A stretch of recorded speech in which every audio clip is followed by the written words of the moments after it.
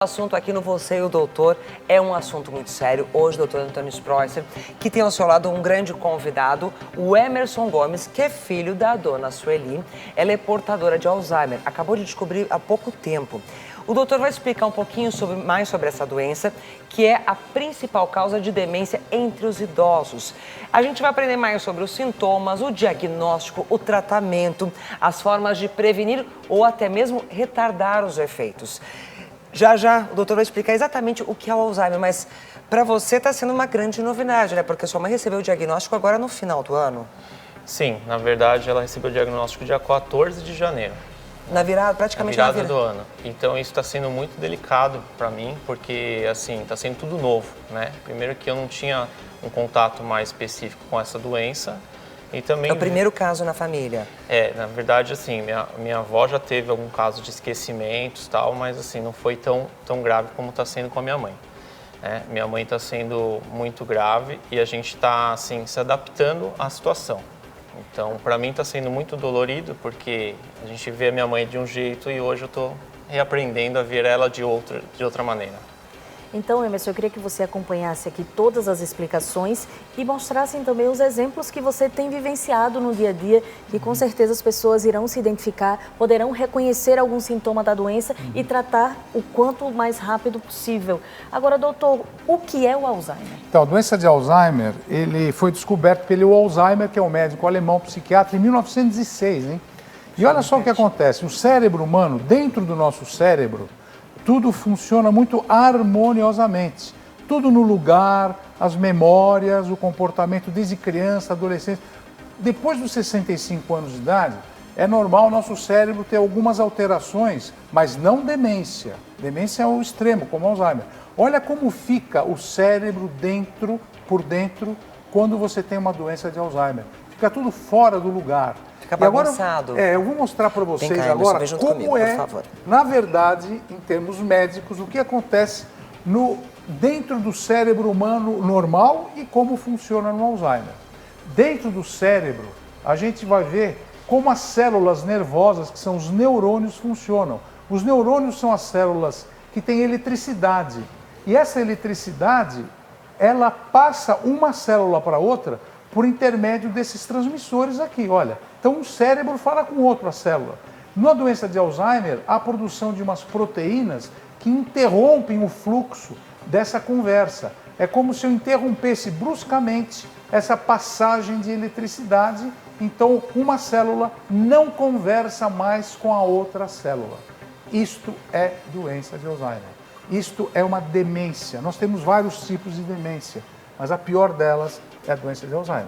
Agora, olha o que pode acontecer. Quais são os principais sintomas? Vocês que têm dúvida, eu estou esquecendo o número do telefone. Muitas vezes é normal você esquecer alguma coisa, mas isso daqui diz os principais sintomas. Primeiro, falha na memória, depois dos 65 anos, a falha na memória é progressiva. E existe dificuldade de comunicação. Você não consegue falar o que você quer. Isso leva a uma alteração do humor, depressão e ansiedade. E, ao mesmo tempo, altera o raciocínio.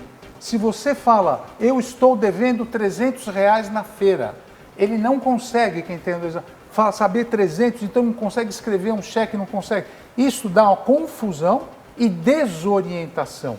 E essa desorientação existe a ponto que a pessoa vai na casa do filho, chega no meio do caminho, ela não sabe mais aonde é a casa do filho. Chega num supermercado, não sabe o que está fazendo lá. E também tem alterações na visão. Às vezes a pessoa pode ver coisas que não existem. Muito frequente isso. Ô Emerson, de tudo isso que o doutor acabou de colocar aqui pra gente, que são os principais sintomas, quais deles você começou a identificar na sua mãe e ela já passou por todos esses? Olha, todos ali estão se encaixando. A alteração de humor está sendo mais recente. Tá? Os primeiros episódios foram as falhas de memória. As falhas de memória. Dificuldade de comunicação, também já percebi. Alteração no raciocínio. Alteração na visão ainda não percebi. Tá? E a confusão? Confusão e desorientação. Tem partes da manhã que ela fica em branco total, doutor. É isso aí. E ela liga, pede para um tio meu ligar, que ele fica com ela. e ela liga de manhã sem saber o que está acontecendo. Porque ela acordou, aonde ela está. Fica uns 30 minutos. Essa dificuldade de comunicação foi uma das coisas que você relatou durante a VT que a gente viu na casa junto com a sua mãe, que depois de uma viagem internacional, no final do ano, ela não soube te contar, te relatar como era o lugar para onde ela tinha ido viajar. Agora, antes desse episódio, você já tinha percebido alguma coisa? Porque aquele episódio ali te chamou a atenção e vocês levaram ela ao médico. Mas antes disso, teve alguma coisa que aconteceu durante o dia a dia que já era aí um sintoma do que estava acontecendo com ela?